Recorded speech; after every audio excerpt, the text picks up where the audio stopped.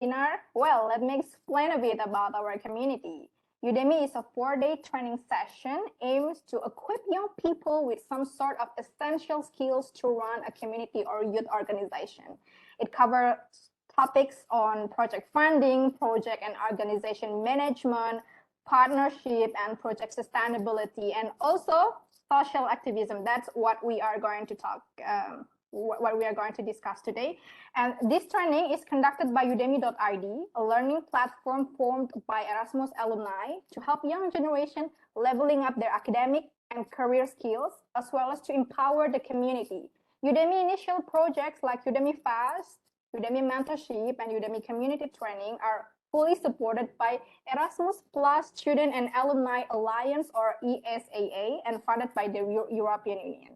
And the presentation will be shortly started, but first let me introduce you to our first speaker, Kak Habib Anwari.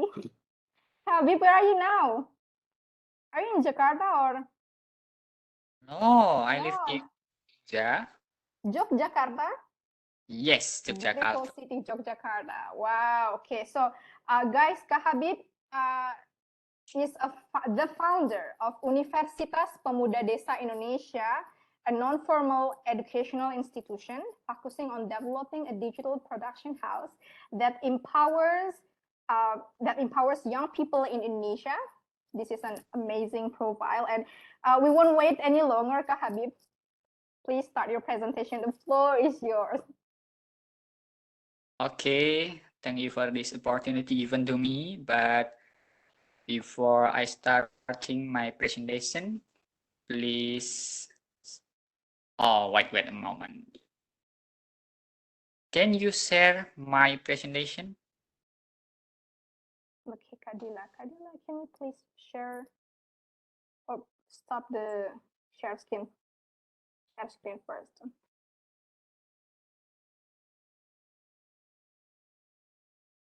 Okay, cool.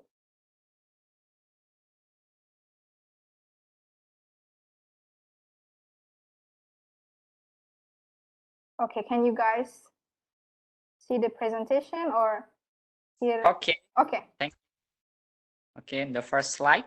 Okay. Okay, Assalamualaikum warahmatullahi wabarakatuh. Good afternoon, everyone. For the first, let us express our gratitude to Allah Subhanahu wa Ta'ala, the Lord of all, that has bestowed His pleasure and blessing on all of us so that we can meet extraordinary forum, healthy and full of excited. But before I deliver my short presentation, I am so apologize if I say in English so bad because I am not good for using English. No, you speak very But well. try to as good as possible.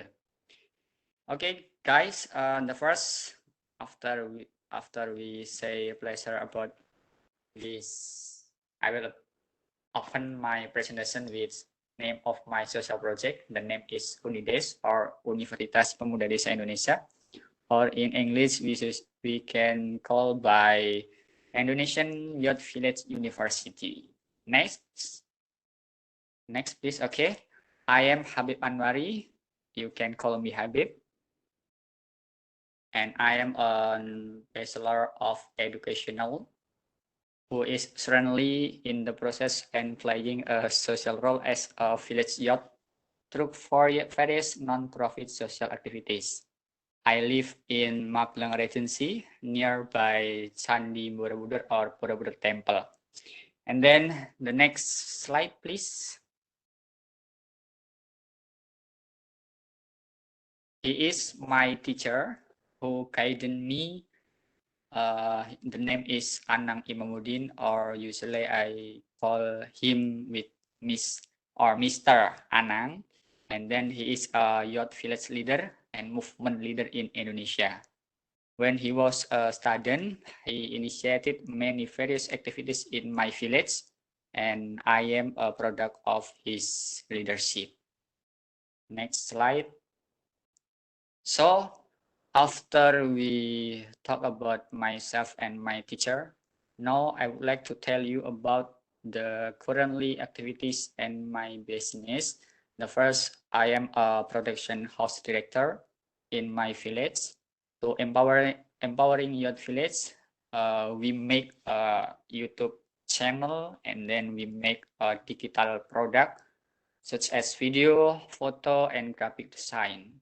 And then the second, I am a counselor of the Indonesian Youth Village in University. And then the third, I am a creator content. I make many video and many content about literacy, about government village. Next slide. So it is very, very happy because I can use my presentation to share, and then it is an honor for us to be able to speak and share experience with great people from all over the world in this forum. Thank you for this opportunity given to me. Next. I'm so nervous, guys. Okay, and then the fourth social rule of youth. Talking about youth, it will never be separate from the four social rules that must be played by youth in all corners of the world. First, as an agent of change, youth are required to be able to bring about positive change in the lives of the surrounding communities. From not know to knowing, from not being able to being able, and from being left behind to a bright future. Second, youth is a social controller for the surrounding community. They become the locomotive of change and balance in people's lives from the old talk of globalization and technological developments that then to the identity of nation. Third, youth is the guardian of value of local wisdom for the nation and for the country.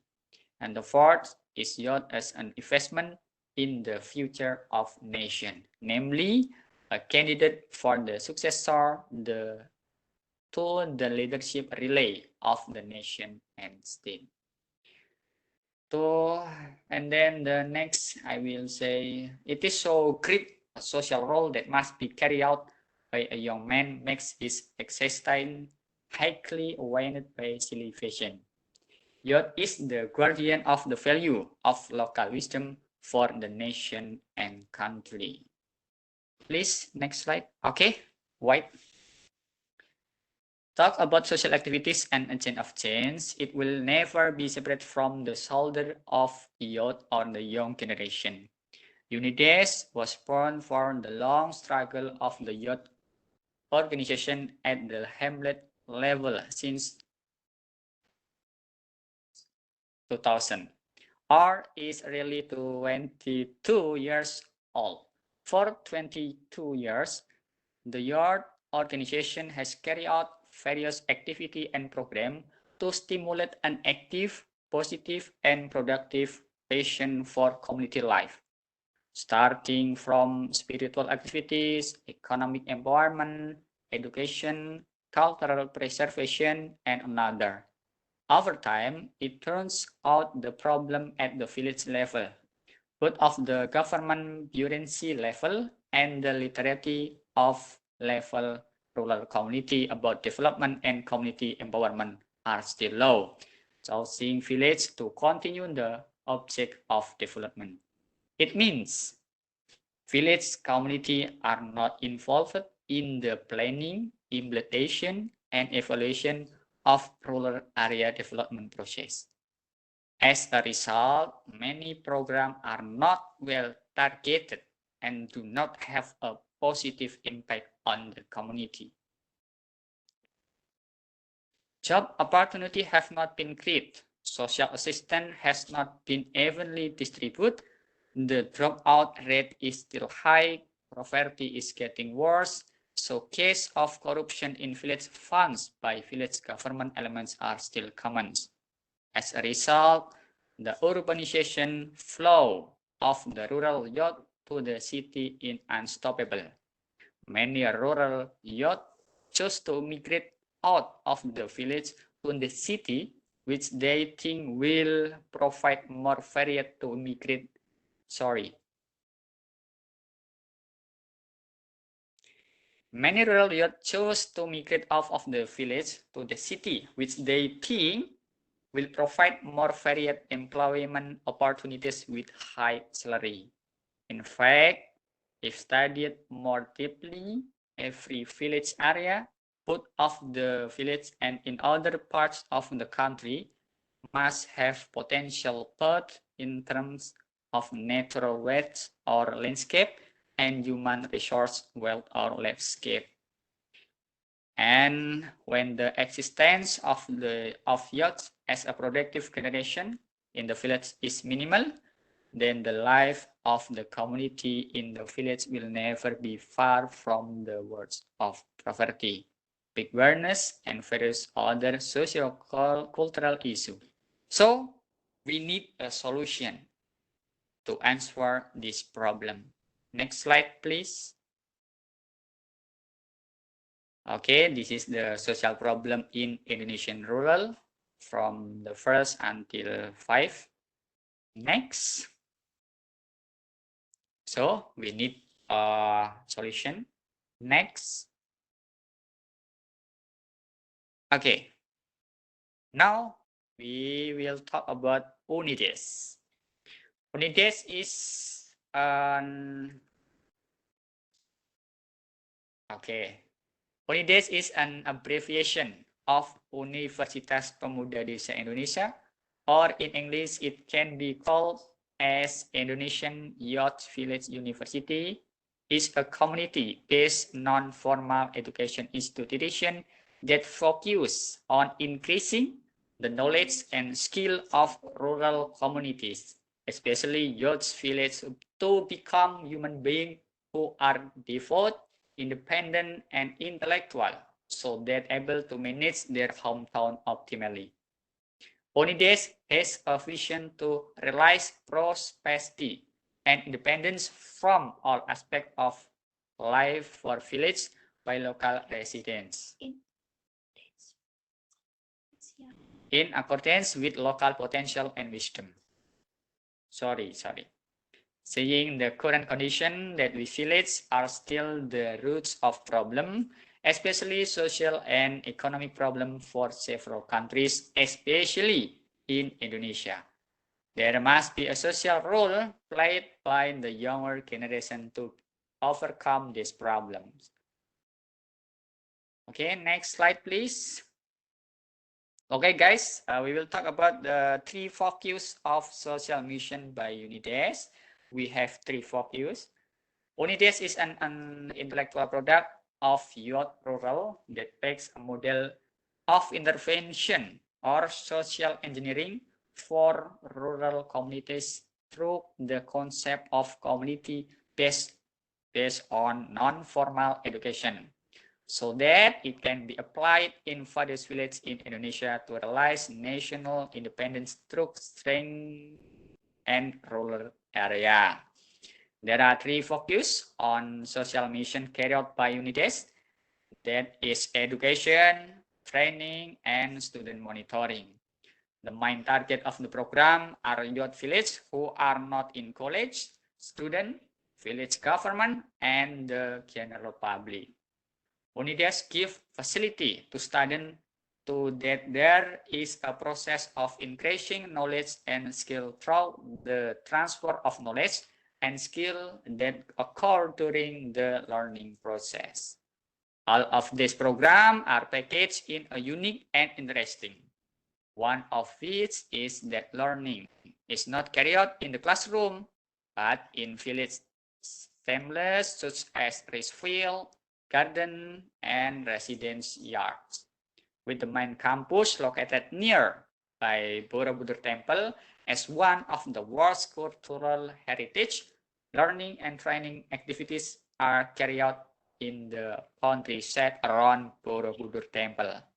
This can help improve the economic activity of village through the creative economy sector.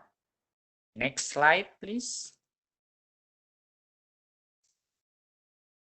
Okay. UNIDES achievement. Until now, there have been 1,500 students from all over Indonesia who have participated in the UNIDES program. There are 4 youth villages from 4 provinces who have now become alumni of the UNIDES scholarship program, which was held for 2 months. Open 12 jobs opportunity for youth in the partner village of UNIDES with a salary of 2.5 to 3 million rupiah per month. Currently, UNIDES is empowering youth village through optimizing the digital world. The youths were given training and mentoring to be able to use social media to generate rupiah and dollars. This is done as a strategy for UNIDES to provide warranty for the economic needs of the youth partners under the auspices of UNIDES. The hope is that young people can The hope is that young people can carry out their social role in their hometown communities optimally without having to go to work outside the region. Next slide, please.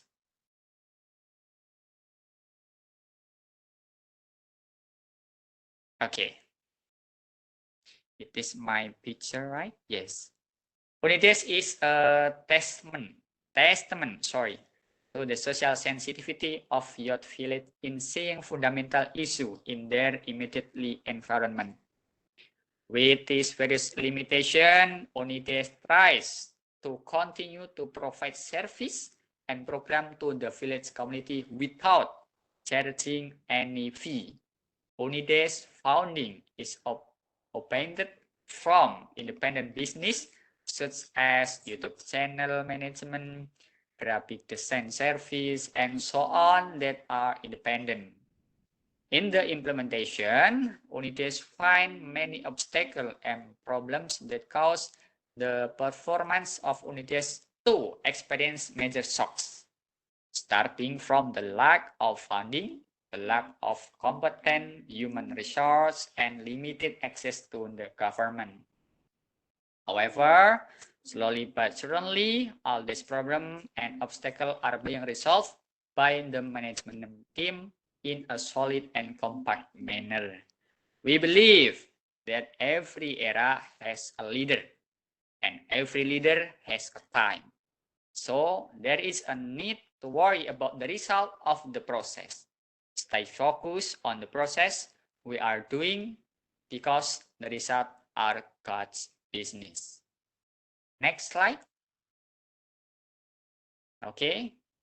Tan Malaka, an aristocrat and leader of the Indonesian movement, said, if college graduates feel that their intelligence and ability are not worth to be side by side and interact with rural communities who rely on whose and seekers to survive with simple idea, then it would be better if there was no education.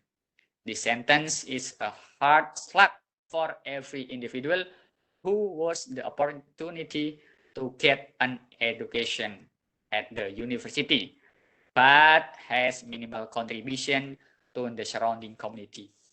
So, we all hope that young people around the world, especially in this forum, can become youth figures who are able to carry out their social roles for the world community, regardless or race, ethnicity, nation, or religion. Next slide, please. Okay, it is our slogan, or in Indonesia, we usually said by dari desa untuk Indonesia menuju dunia. Next slide, please. Okay, it is my last slide of my simple presentation. I hope that you can understand what I say or what I deliver in my short presentation. If you want to see about my documentation or the Unides program, you can find Unides in Instagram, Facebook, or YouTube channel. And then it is our experience in developing and playing the role of youth for our nation and country through the development and empowerment of rural communities through an institution that we name is Unides. We apologize for all our mistake and limitation in delivering this material. We hope that Unides can collaborate and synergy with your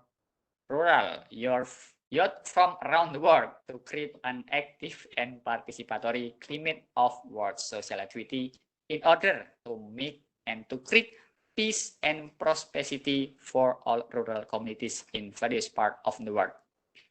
Thank you for this opportunity. I apologize for my limitation. Thank you and wassalamualaikum warahmatullahi wabarakatuh. Thank you guys. Waalaikumsalam warahmatullahi wabarakatuh. Thank you so much, Kak Habib, and thank you for sharing and giving us a lot of information about your community, Unides. And guys, if you have questions, you can keep it because we will have Q&A session after our second speaker. And Ramia, anyway, did I pronounce your name correctly? Yes? Actually, my name is a very unusual one here in Azerbaijan. People pronounce it in a very different ways, but whenever I'm abroad, everyone pronounces it the best.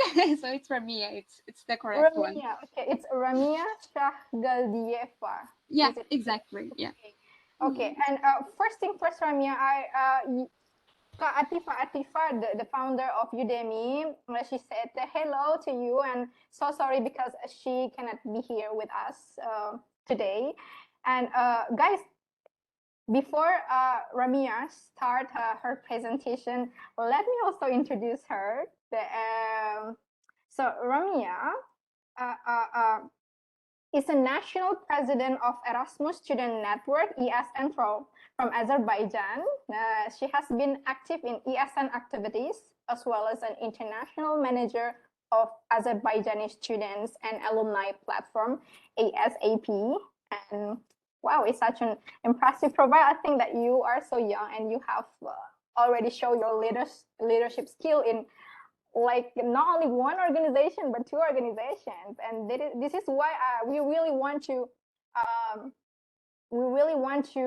know about your experience and also what you want to promote to young people like us. So Ramia, you can start now, please.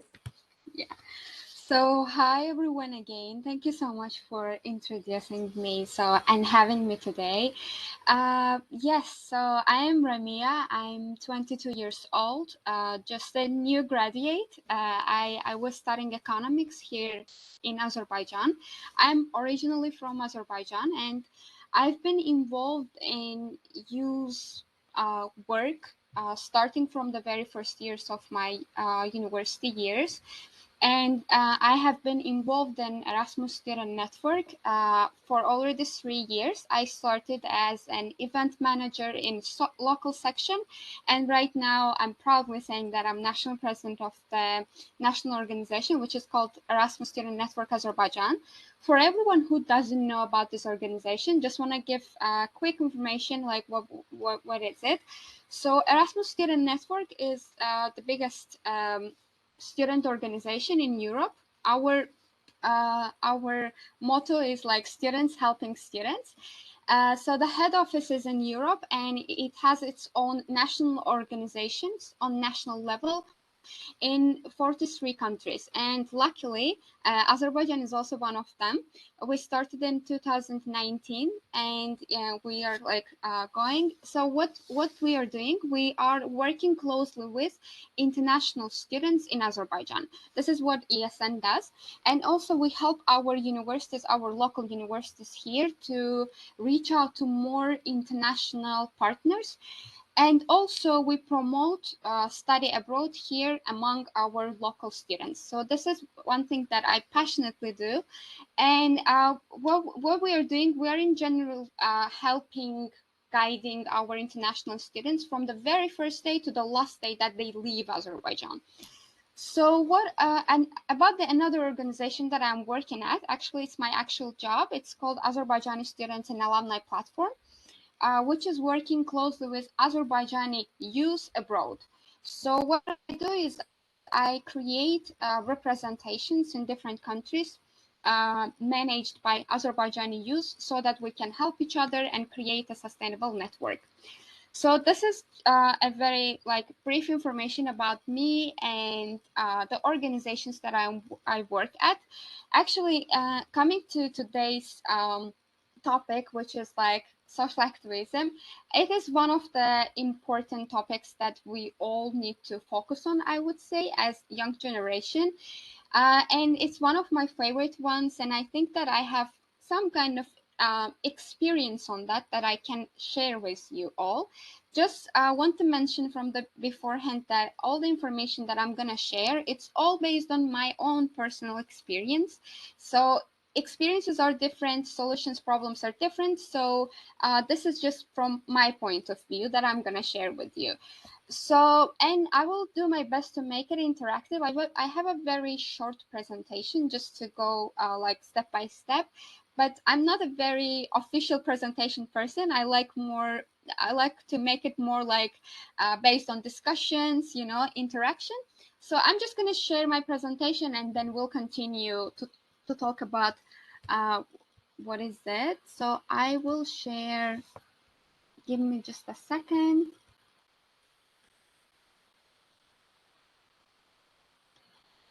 Okay. Can you see my screen? Because I cannot see you. Yes, we can see you and also your PowerPoint presentation. Okay, so is this fine now? Yes, perfect. Can you see it?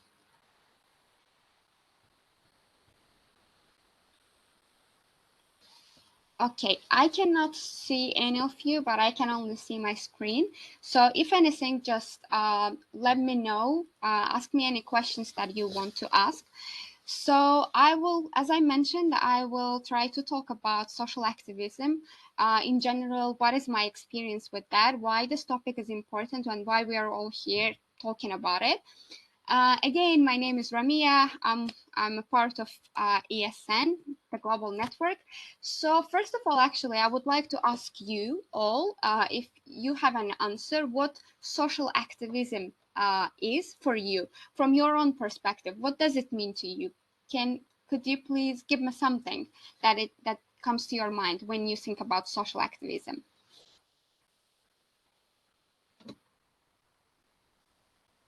Can you hear me? Yes, yes. Yes. Guys, okay. If you want to share your opinion about social activism, please, you can chat and also you can open your camera. Yes, feel microphone. free to talk to me because I want it to be interactive as much as possible.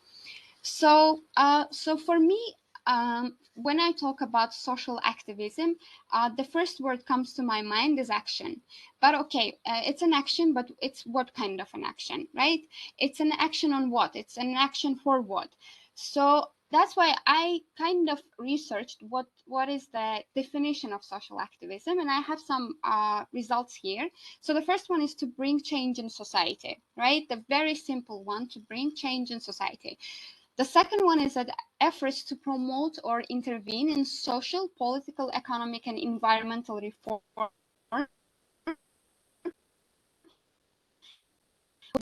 And the third one is purposeful action with the mission of bringing about lasting social change.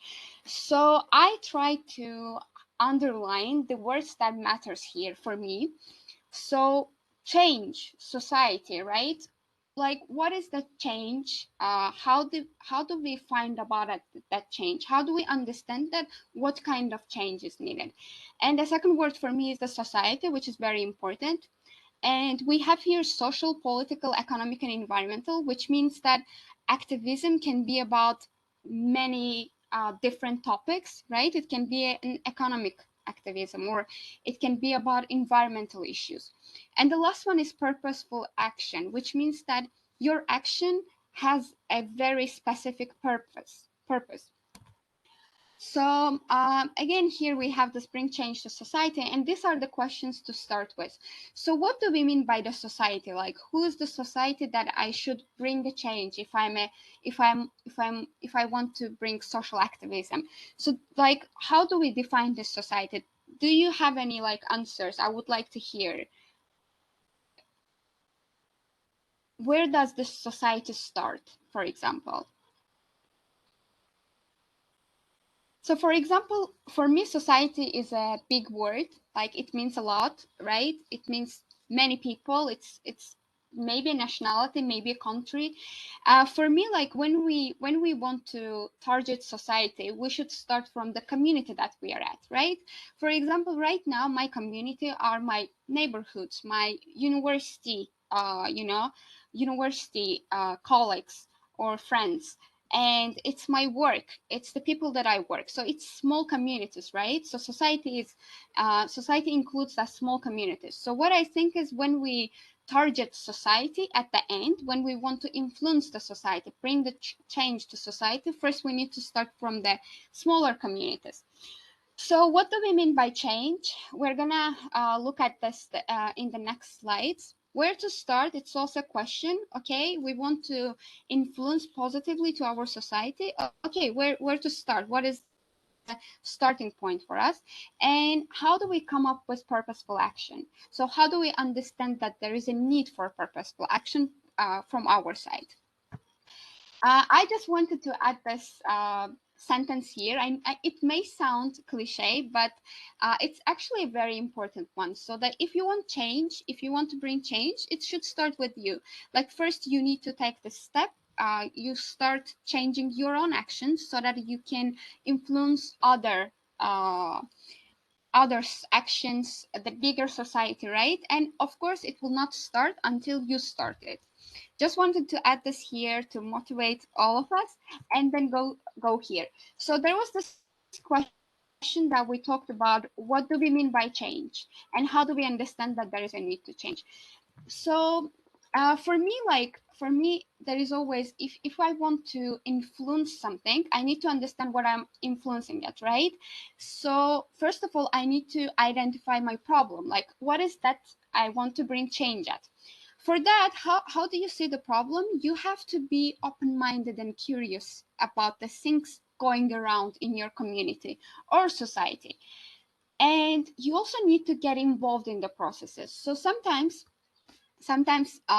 we have this experience from the society that we see something is problematic is going on, right? Something is happening in the society, but there is this portion of people who do not care at all, who do not want to get involved in the process. That's not a right approach from my side. I would say that if we want to influence the society in a positive way, if we want to bring the change, we have to get involved in the problematic issues too. We have to get involved and understand what is really going on. So for the third step, I have written there, like, check the information sources. It's very important that when we are kind of working on identifying problem, we have to be careful with the sources where we get the information from, so that we're not fooled or anything, right? And then now that, like, we see the problem, we kind of like observe the problem, right? We see that something is going on problematic in the society. Now it's our time to identify the causes of it, how this is happening, what is the cause for that, and whom it affects or what it affects to, right?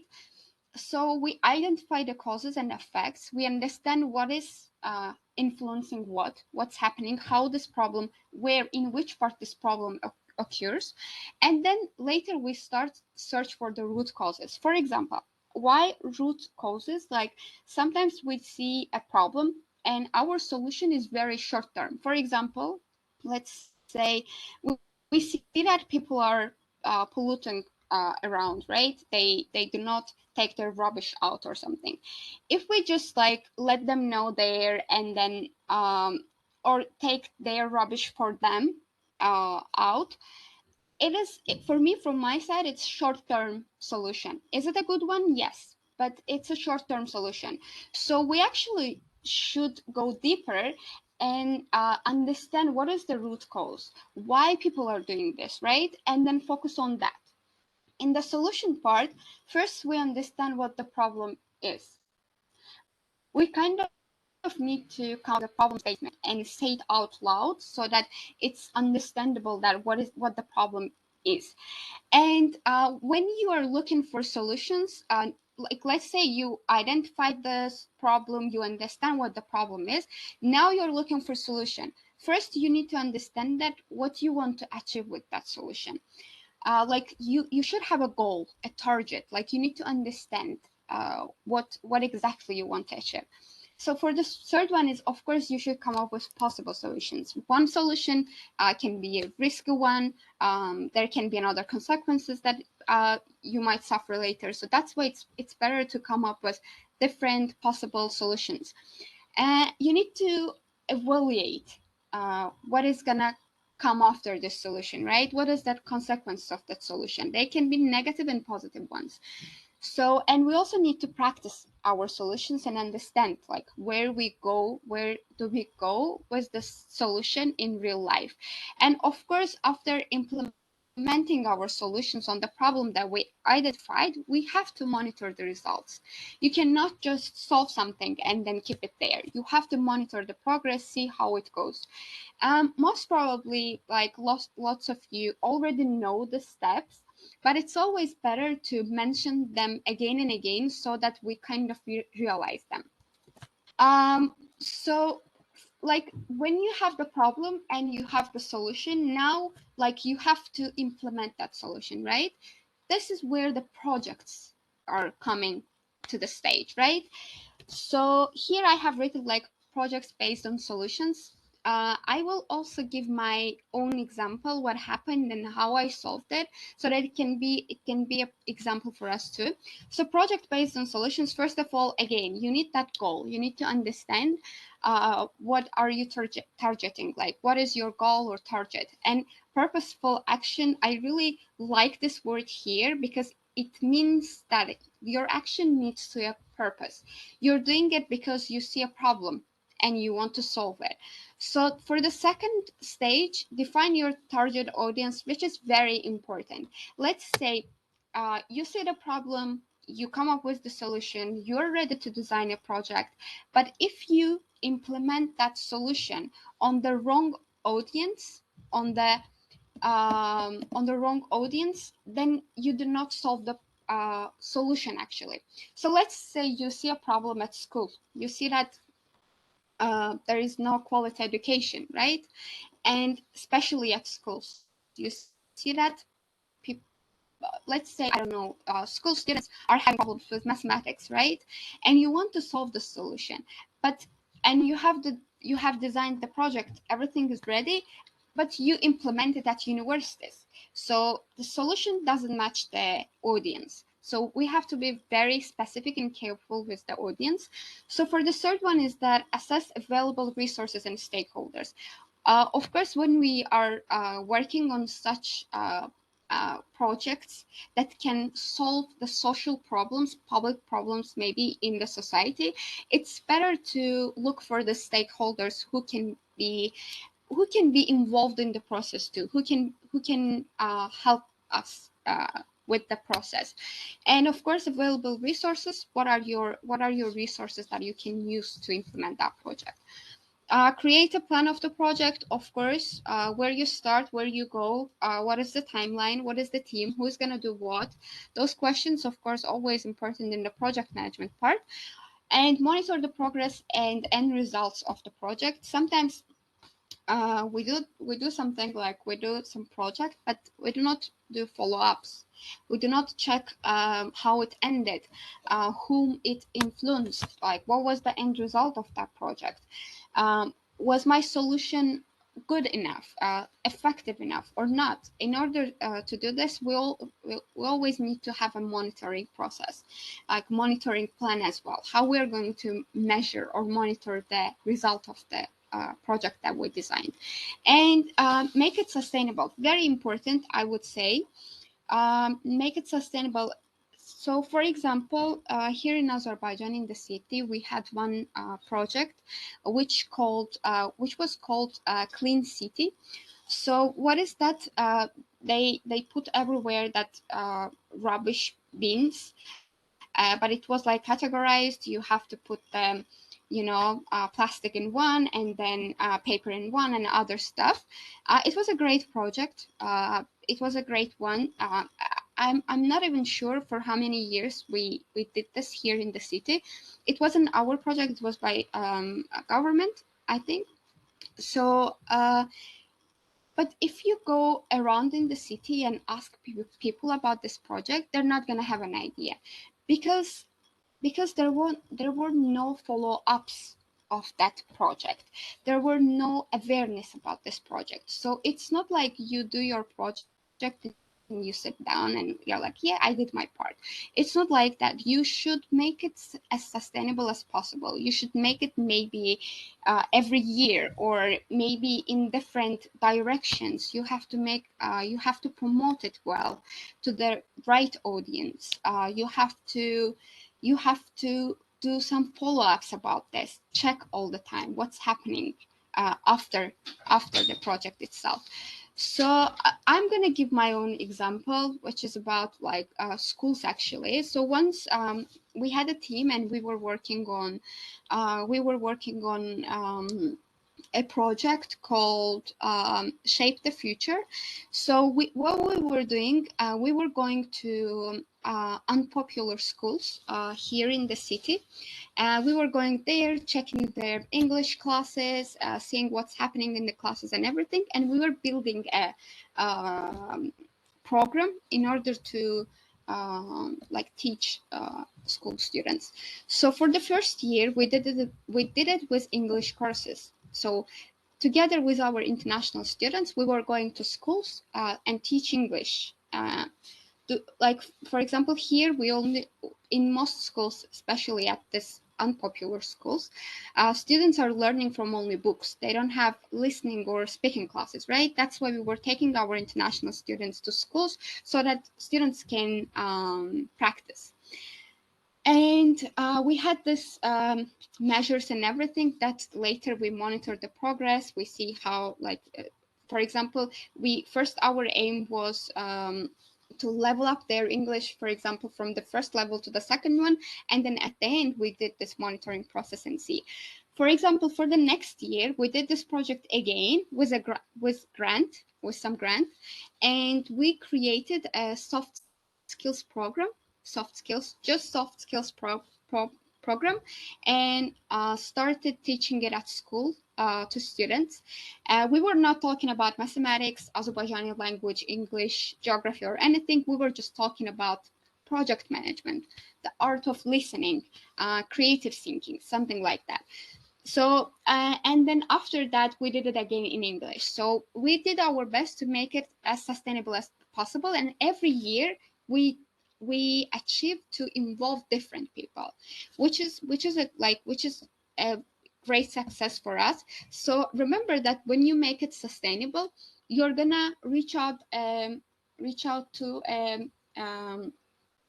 wider audience, and you are going to positively influence to wider audience, and you will be able to attract more stakeholders to this process, to this project. It was all from me. It was a very short presentation by my side, but I actually would love to hear your experiences, your perspective on social activism, and I would love to hear your questions to me too, if you have any. I would love to hear some recommendations if you have any. So would love to interact with you more. This is from my side. I will stop sharing it.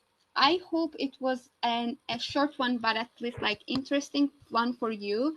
I know that most of us know actually the steps. I know that most of us know how to manage a project or what is that social activism, but I think it's always better to mention it and kind of remind it to ourselves and be aware of it. So yes, that's from my side. It was useful for you too. Thank you so much, Ramia. Actually, the time when you ask question to participants, what is social activism? We have received one answer from Hardimas Prayudi. He said, social activism is good impact. Or I think it's like good impact for society. Do you agree with that answer? Good impact for social. Yes, again, for example, impact, the word impact, I would make it even like effective impact, positive impact, even to define the word good itself too. Impact is a very important word here, I would say. Impact for society, influencing society, great words to define the social activism, I would say. Okay, and then this one is question, also from the same person, Hardimas. Let me read it for you. I want to ask, as an agent of change, what is the first thing to do to influence people to support or even joining our social activism? To persuade young people is such a challenging thing to do. So, well, this is a good question. So it can give a good impact on society itself, because sometimes it's so hard to find people who have the same vision and mission as we do. And what are the challenging thing when we monitor and control our social projects? So it runs very, very well. Okay, so sorry if I pronounce it in the wrong way. It's Hardimas, right? Hardimas. So perfectly. Yeah. So first of all, thank you so much for your questions, Hardimas. These are like great questions. So I'll start. I'll try to kind of explain again. It's all from my own experience, what I'm having here. So how to do to influence people? So first of all, I think if you want to influence people to join you in your social activism, first of all, you have to be motivated yourself. You have to believe in what you do. This is very important. For example, ESN here, Erasmus Student Network, is a volunteering organization. So volunteering organization, we are doing it for good. And we don't have any, profit from here. We have this learning experience from here. We have this great network from here. So sometimes people are not very motivated to join a volunteering organization. How do I do this? How do I attract them and like ask them to join me? First of all, when I talk about ESN, Erasmus Student Network, you can see how passionate I am about it, because I believe in what Erasmus Student Network is doing. Because I'm believing, I have this energy to pass it to other people too.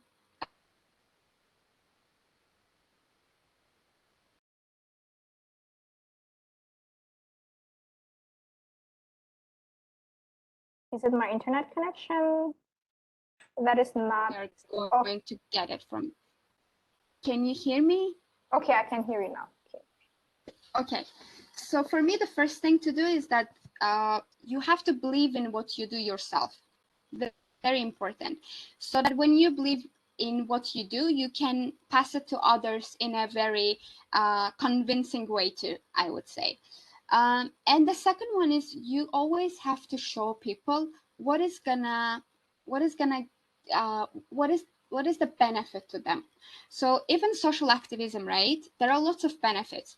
So let's say I have some like social project that I want to do to influence in a positive way to society, and I'm talking to other people to kind of attract them joining me. I have to mention what they're going to get out of it.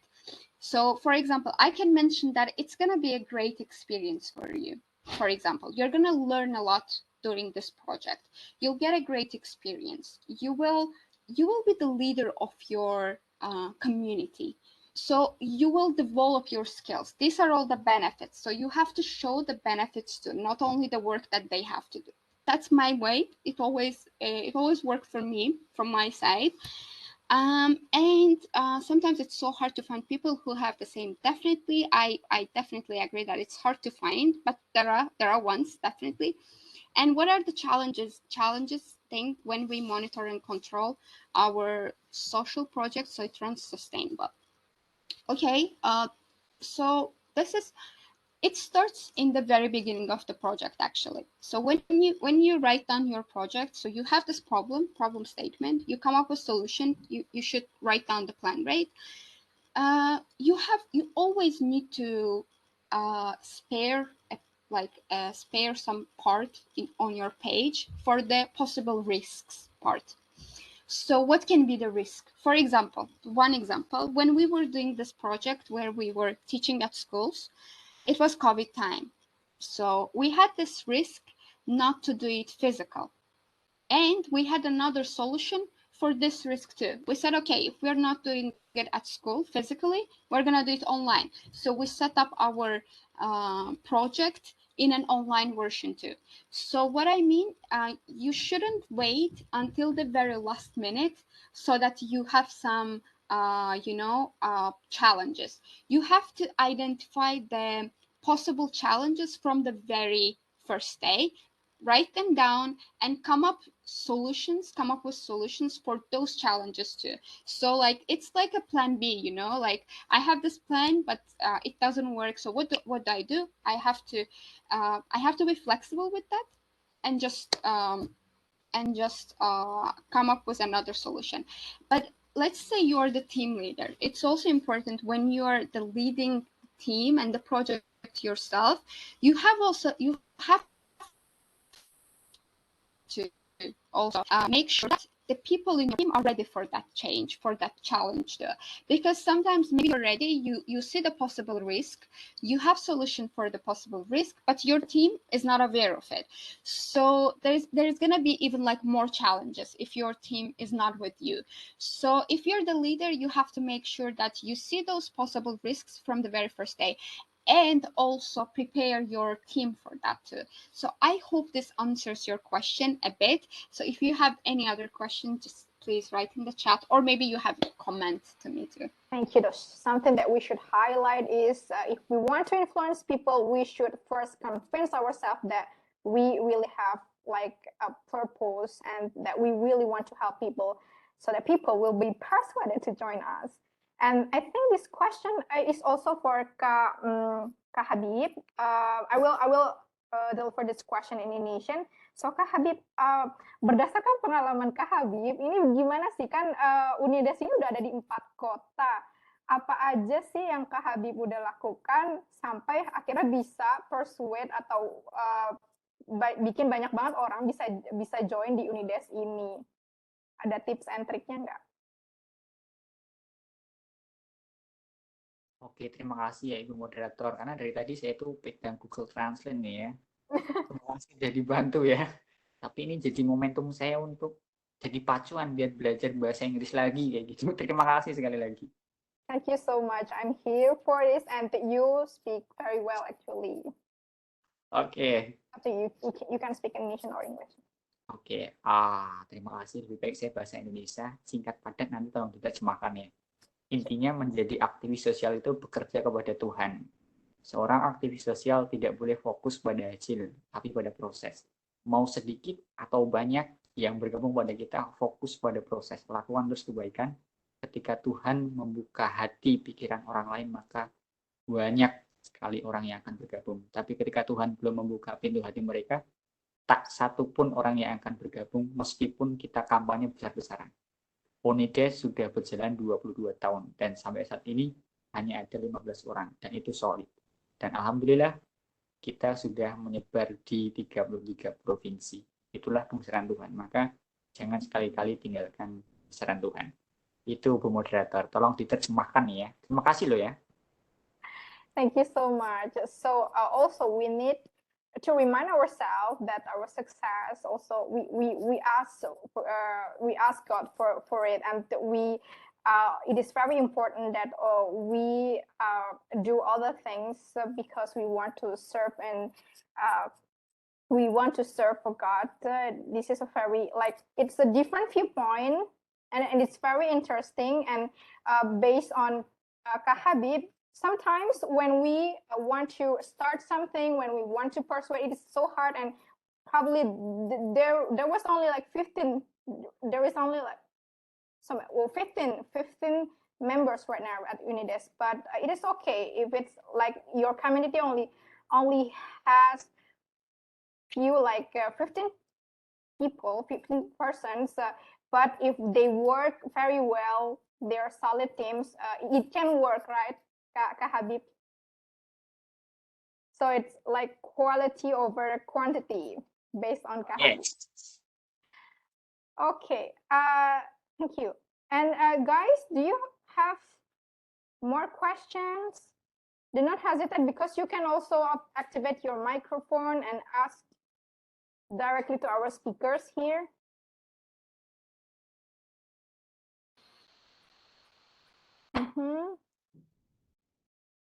Kak Hardimas, if you want to ask more questions, do not hesitate. Kadara, Kak Ano, Harizal, more questions? Okay, actually, I do have question for you guys, different question for each of you. First one is, okay, for Ramia first. So you said that yes, and also promote study abroad for young Azerbaijani.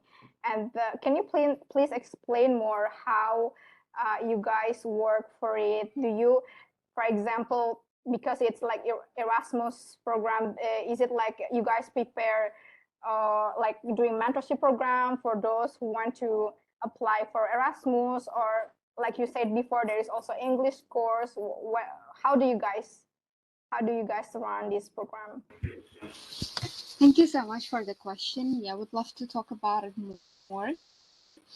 Our organization in general, it's called like student network. That's why we do not kind of send anyone abroad to study or help with documents or something. What we do is promoting studying abroad. So what we do, for example, here in Azerbaijan, we do Erasmus days.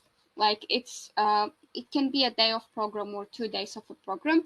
We invite all the offices, national Erasmus offices, some other Erasmus organization offices to talk about study abroad program for local students and help like guide them through. For example, this is one thing that we do, like Erasmus days, where we promote it. We also do some like when we have at universities, international relations offices, they have info sessions about study abroad, about the universities abroad. We go there as ESN. We also promote it. We help the process, and also we kind of invite our alumni who have already been abroad so that they can come and share their experiences. And also what we do when our Azerbaijani students go abroad, we connect them with our ESNers, ESN people in different countries. So for example, let's say one of our students is going to Italy to study. He or she approaches us, we're talking and everything, and we talk to ESN Italy so that they can help out our student when he or she is there. So it's kind of more like experience-based and supporting system that we have here. Also, when we have these international students, we also match them with Azerbaijani students, local students. We call it buddy system, Erasmus buddy system, so that they can help out each other. Coming to like education part, I would say education, like Erasmus programs, is a big part of the student network, is global network in general. They always like, we also have this higher institution meetings that we come together, we look at the educational opportunities, we check the policies as well, like we kind of analyze them for ourselves. But again, our job here is to support them on this way, and also like help them when needed. And we're not doing any documentation work for them or choosing the university or anything, but what we can do, we promote it and we share the experience that we have. Yeah, so it's about the connection that ESM can provide for Azerbaijani students to connect with the international students from other countries. Okay. Yes. Okay. And second question for me, to Kak Habib. Kak Habib, sebagai pemuda Indonesia yang nggak tinggal di Yogyakarta, because I live in Depok ya, apa sih yang bisa kita lakukan untuk membantu UNIDES gitu? Ada nggak sih hal-hal, apakah misalnya ada kita bisa join seperti donasi, atau misalnya kita juga bisa join acara-acara yang diadakan UNIDES melalui online webinars misalnya? Oke. Ini izin jawab bahasa Indonesia, nanti silahkan diambil kesimpulannya lalu sampaikan ke kakak Ramia ini ya. Oke, baik. Kalau untuk UNIDES sendiri ini memang kita fokusnya ada 3, pendidikan, pelatihan, dan pendampingan masyarakat desa. Sarannya ada 4, pemuda desa yang tidak kuliah, pemuda desa yang kuliah atau mahasiswa, yang ketiga adalah pemerintah desa, yang keempat adalah masyarakat umum. Fokus utamanya adalah membangun sumber daya manusia yang punya literasi tentang pemerintahan desa yang baik dan benar. Kemudian mereka sadar bahwasanya desa itu bisa berkembang. Dan yang selanjutnya adalah kita ingin mencetak orang-orang ataupun orang-orang di kampung halaman yang mereka itu peduli pada kampung halamannya sendiri. Mbak Moderator, dalam buku yang ditulis Menteri Desa, 97% masyarakat Indonesia itu ada dari desa. Maka akar permasalahan itu ya dari desa. Dan sekarang UNIDES sangat kewalahan untuk memenuhi kebutuhan akan hal itu. Kita sudah menerima beberapa panggilan dari beberapa wilayah di Jawa dan Sulawesi, desa-desa pada tertarik, pengen dibina oleh UNIDES, pengen dibersamai, dan pengen dirangkul. Ini sebagai bukti bahwasannya masih banyak lokasi desa di Indonesia yang belum dirangkul oleh pemerintah. Nah, desa-desa itu membutuhkan kita-kita ini, anak-anak muda yang punya waktu luang, anak-anak muda yang punya jaringan, baik di nasional maupun di internasional. Jadi, ketika Mbak Moderator tanya apa yang bisa kita lakukan, terutama untuk orang-orang desa gitu ya, kita bisa membuat jaringan kita, kenalan kita untuk membangkitkan gairah kehidupan di desa. Baik itu teknologinya, ekonomi kreatifnya, termasuk jiwa-jiwa berani untuk mengungkapkan kebenaran. Dan ketika ditanya UNIDES membutuhkan apa, saat ini UNIDES membutuhkan orang-orang yang loyal pada bangsa dan negaranya. Kami nggak butuh orang-orang pinter, tapi hanya memanfaatkan momentum aja. Kami butuh orang-orang yang cinta pada negeri ini dan cinta pada kampung halamannya. Dan ketika ditanya apakah ada donasi atau lain sebagainya, alhamdulillah sejauh ini kami berdiri sendiri tanpa ada campur tangan dari pemerintah. Serupiah pun tidak ada. Kami mampu menggaji 2 sampai 2,5 juta sampai dengan 3 juta rupiah per bulan dari beberapa mitra binaan kami, dan mereka sekarang sudah jadi agent of change di desanya masing-masing. Mereka nggak pergi ke kota, mereka tetap stay di desa masing-masing, dan kami ingin membentuk 77.000 pemuda sesuai dengan jumlah desa di Indonesia kan ada 77.000 lebih, dan kami ingin minimal satu desa satu pemuda produktif. Kita pengen membantu mereka membangun kampung halamannya. Jadi kalau pengen ditanya UNIDES butuh apa, kami butuh rekan-rekan semua yang ada di sini.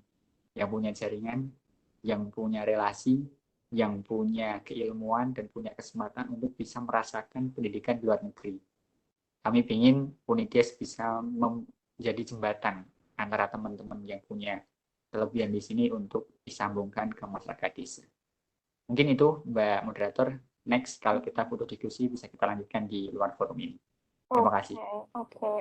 Jadi bagi semua yang ingin membantu, kita bisa memperluas jaringan dari UNIDES ini. Maksudnya apakah dengan kerjasama kita harus pihak yang membantu membuat proposal gitu ke UNIDES, seperti itu ya cara kita supaya mau berkontribusi. Oke, kalau untuk caranya sangat mudah. Ketika teman-teman pengen, misalnya nih, sekarang kita lagi buka oprek tentang Bina Mitra Unides. Nah, kemarin kita membuka peluang bagi siapapun anak muda yang pengen membangun kampung halamannya. Kita buka pelatihan itu, kita berikan beasiswa pelatihan selama 2 bulan nantinya di sekitar Candi Borobudur.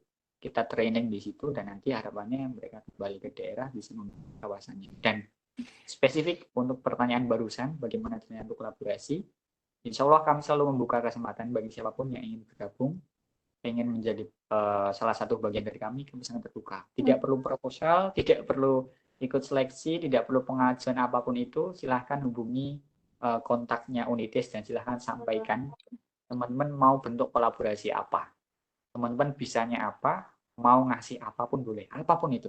Pelatihan online kah, pelatihan digital marketing kah, atau pelatihan bahasa Inggris pun kami siap. Kami punya banyak ruang untuk teman-teman mengaktualisasikan kelebihan teman-teman. Saya rasa itu. Wow, oke. Jadi teman-teman, kalau misalnya mau, itu bisa banget Unides sangat terbuka. Kalau misalnya kita mau melakukan, memberikan training, gitu kan, mereka sangat welcome ya. Dan sebenarnya Kak, aku tuh tertarik banget waktu Kakak bilang, apa sih, young villagers government itu, you want them to have a good literacy on government. Can you please explain, apa itu yang dimaksud dengan literasi tentang pemerintahan? Baik. Mbak Moderator, bisa saya sedikit gambarkan ya kondisi masyarakat di desa di Indonesia. Mungkin teman-teman sudah tahu tentang kebijakan dana 1 miliar satu desa. Di tahun 2014 itu nilainya 40 triliun dari APBN. Tahun 2016, 17 sampai dengan tahun 2022 itu naik signifikan menjadi 72 triliun rupiah. Satu desa itu 1 miliar lebih. Dan yang menjadi masalah adalah sekarang banyak sekali kasus korupsi para kepala desa yang memanfaatkan dana itu. Kenapa hal ini terjadi? Hal ini terjadi karena minimnya pengetahuan masyarakat desa tentang bagaimana sih pengelolaan desa yang baik dan benar, bagaimana sih caranya mengelola dana desa.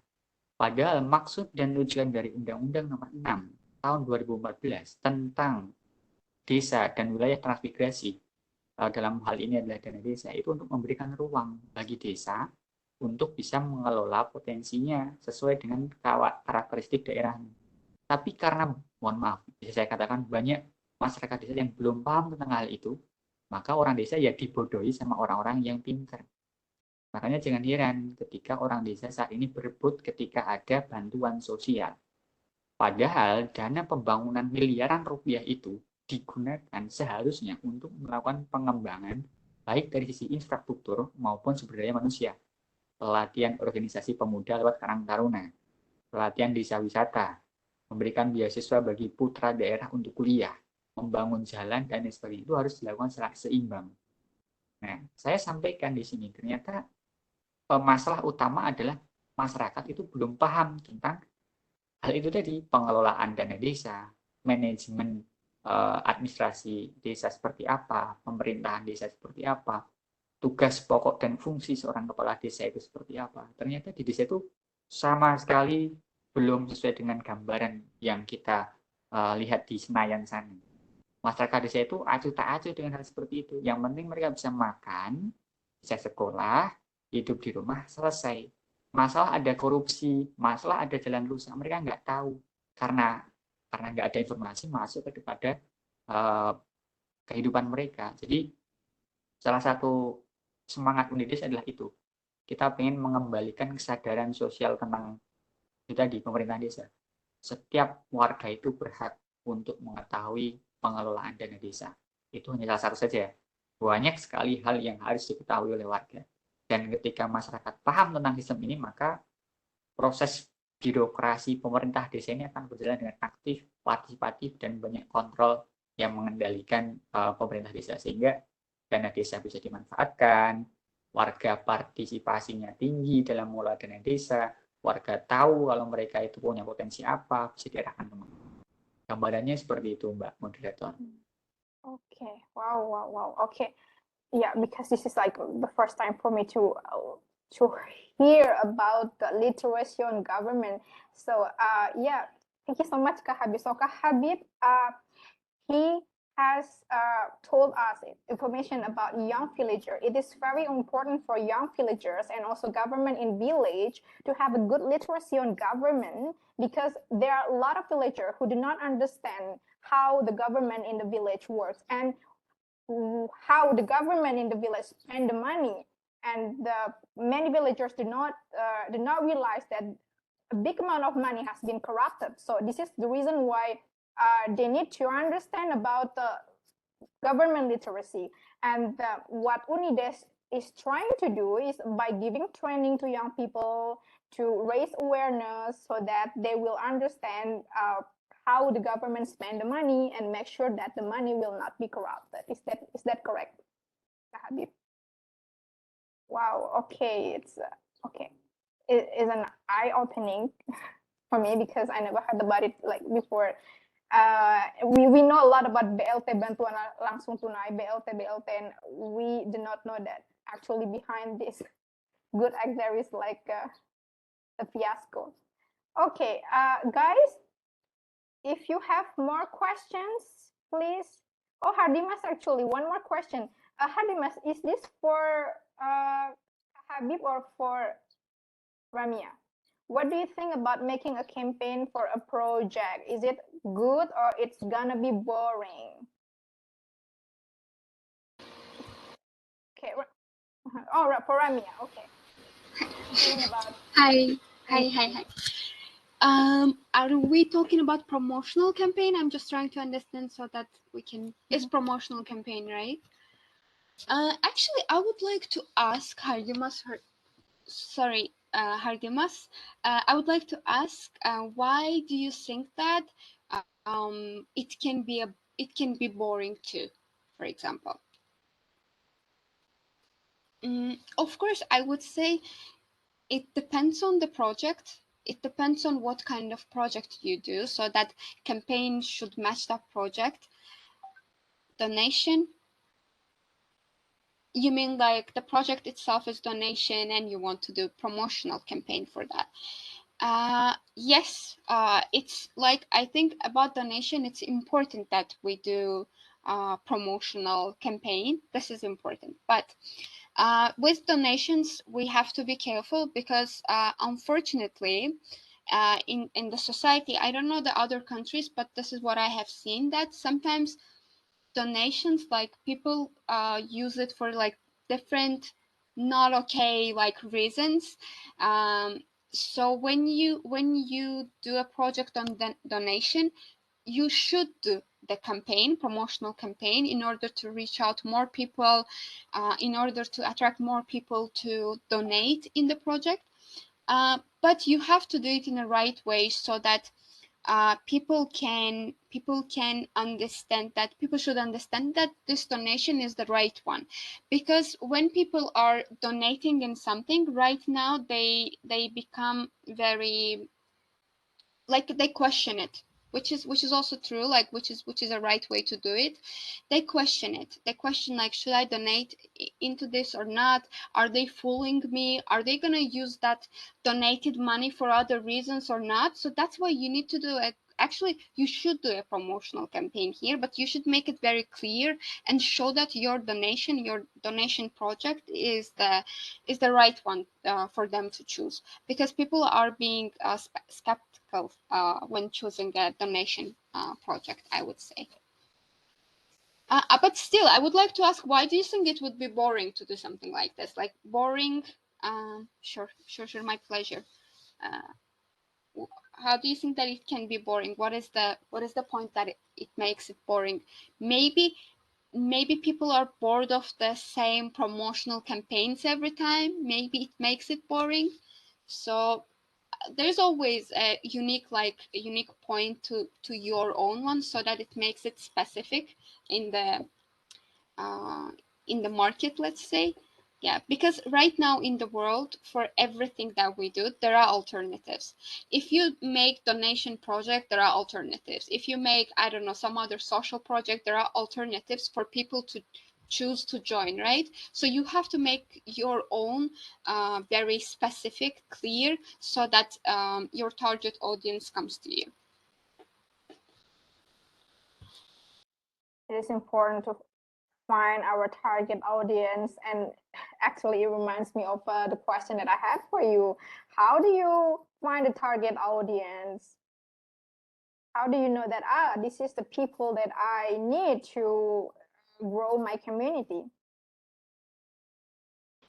So that's a good question, actually, and I would say it's not easy to identify the target audience that we want to address.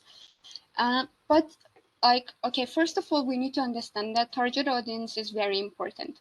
As I mentioned in the presentation, if you come up with the solution with the project, but you're doing it with the wrong audience, done. Like your project doesn't have any results that you wanted it to have, right?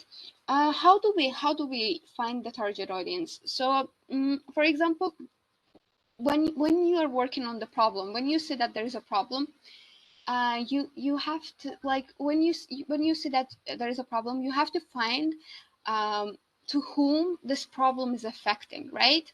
To whom the problem is affecting, and it's not easy to find it here. For example, there are some tools for that.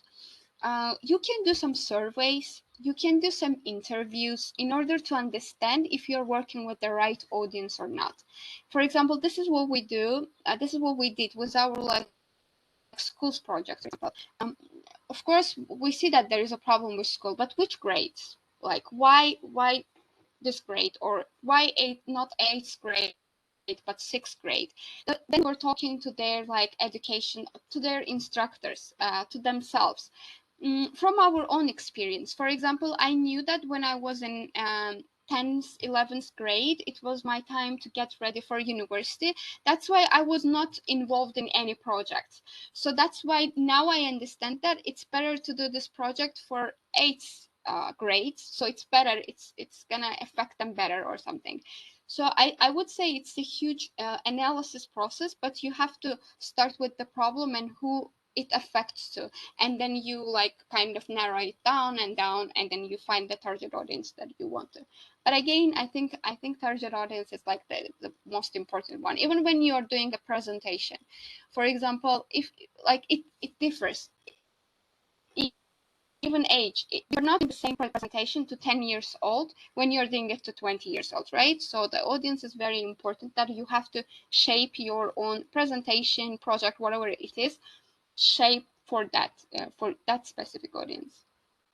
Okay, so we should first find this program or project that we want to establish affect who, and then we can find our target audience. So interesting.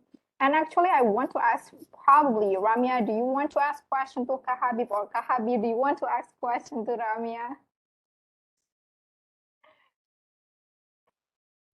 Probably, yeah, you guys have question for each other.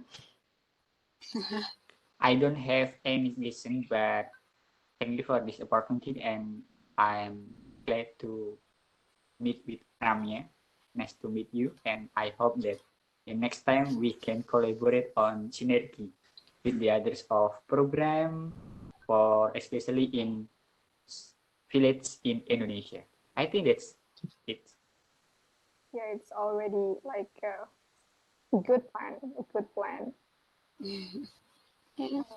Yeah, from my side, first of all, I would just want to thank you, like both of you, and in general the platform itself, because I really get very excited, passionate, motivated when I see like-minded people, like-minded young people around, that they're, we're in different parts of the world, but we're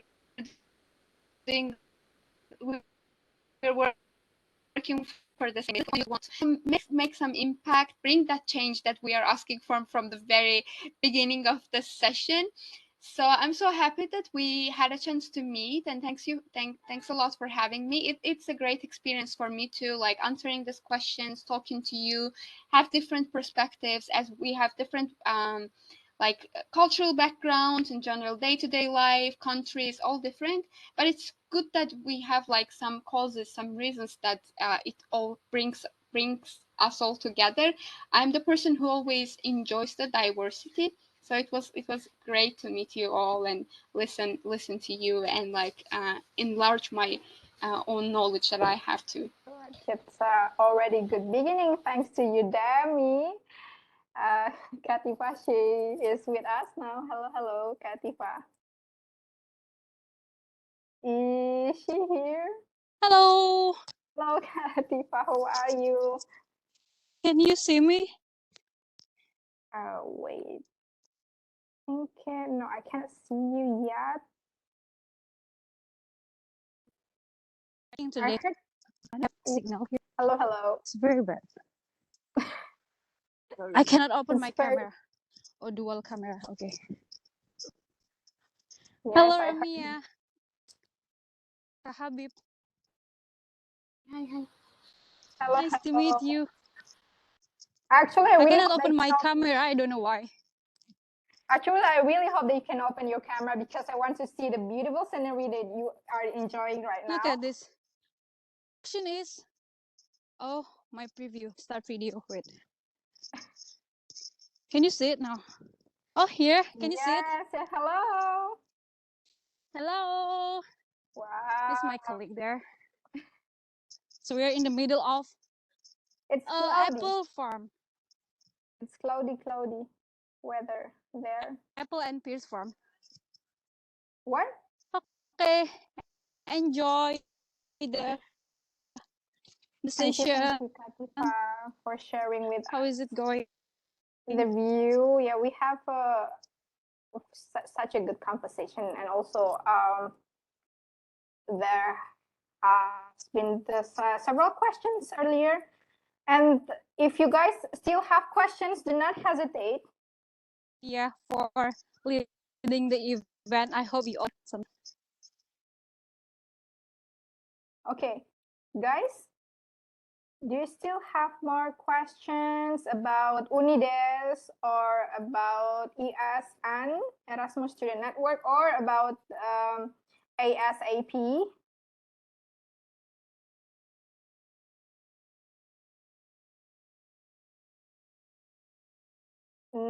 Okay, from Hardimas, that's all. I get it. He said, thank you, Ramia. Okay, I think that that's all for today.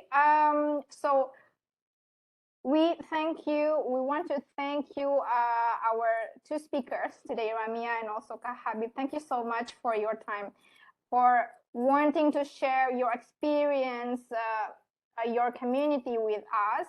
And I think before leaving, it's important for us to have a photo session before we end this event. So we invite you, all the participants, to open your camera, and our team will take a few screenshots.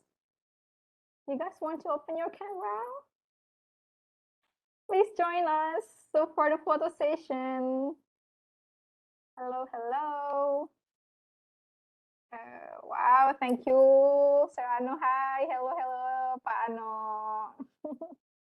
Thank you for always joining our webinar session. And guys, more people want to open the camera? Dila, are you ready for the screen capture? Okay. Okay. I will count. 1, 2, 2, 3. Cheese. Okay, one more time. Okay, with Katifa this time. Kayochi, if you want to join us for the photo session, please open your camera. Okay, Dila, you ready? 1, 2, 3, cheese. Okay. Okay, thank you everyone.